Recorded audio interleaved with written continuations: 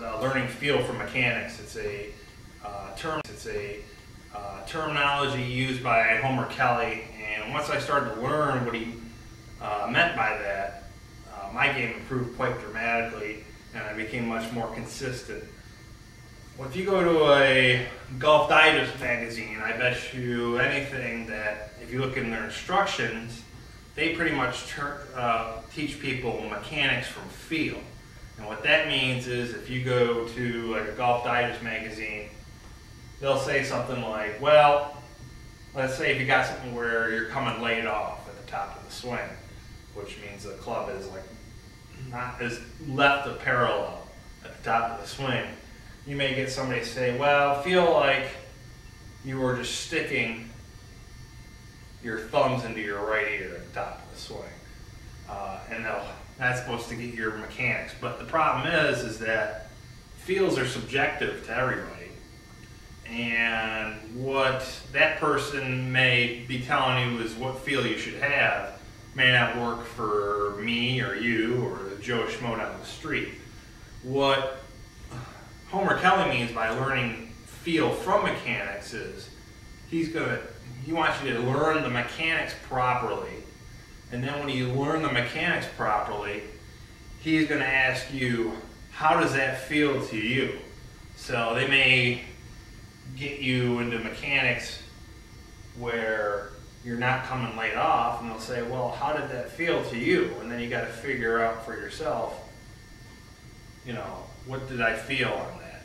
And if you get that down, then you can just go to your swing and say to yourself, okay, I'm going to try to feel this in the swing, and you feel it, and you'll repeat the correct mechanics over and over and over again. Good example is I got this tally here.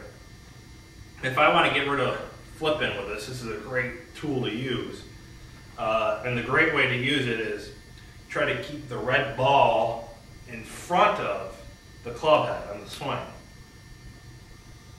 So with Golf Machine, they talk a lot about the three motions that you can use, and Lynn Blake talks about it a lot.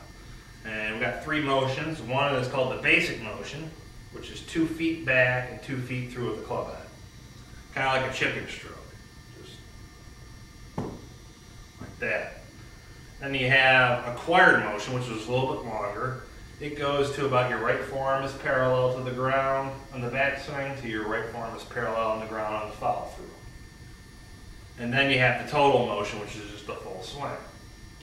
The reason why they want you to use that, because they want you to get the mechanics down, and they want you to steadily progress to get the correct mechanics down so you do it with a full swing.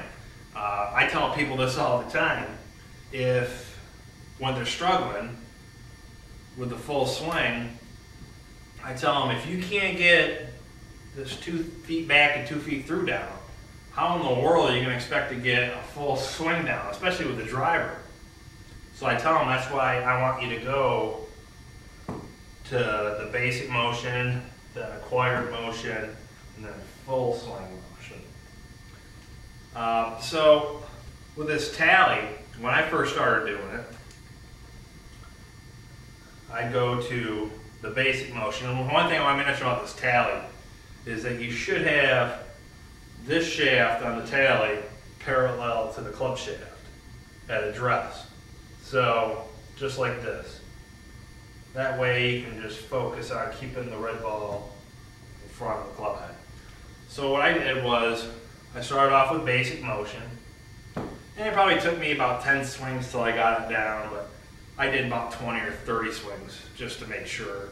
I hear a lot of people say, you know, well, I just did 200 basic motion swings every day for 3 weeks straight, and that to me is extreme overkill. You should be able to get the basic motion down pretty quickly. I don't think it was ever designed to do just that much. So that's a little bit too much overkill. You just want to get it down, I'd say, if you can get it down 9 times out of 10, you know, that's pretty good. And what I mean by getting it down is I'm talking about getting the mechanics down. Don't worry about the ball flight so much. Worry about getting the mechanics down. In this case, keeping the red ball in front of the club head. And believe you me, if you see, you'll see a lot of higher handicappers. Even guys, I talked to a guy who's a 6 handicapper who I showed him how to do it, and he'd get right here and he'd flip it through like that. He just quit his hands. He just could not do that. So it took him probably about 40 shots to basically start getting it down consistently. And he was floored by that. So after I got the basic done, then I went to the acquired motion. And I can't swing because of the walls there, but once I got the acquired motion, then I went to the full swing. And of course, I started flipping it through again. So that presented a bit of a problem. So then I went back down to acquired motion and a little bit of basic motion. And I tried to figure out what is the differences in feel. What do I feel differently? Do I feel differently in anything differently in my elbow or pressure points or my pivot or my tempo?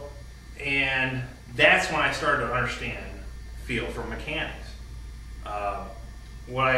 For me, myself, is I found that with the basic and acquired motion, 2 things. One, I could do it consistently if I had a slow start down.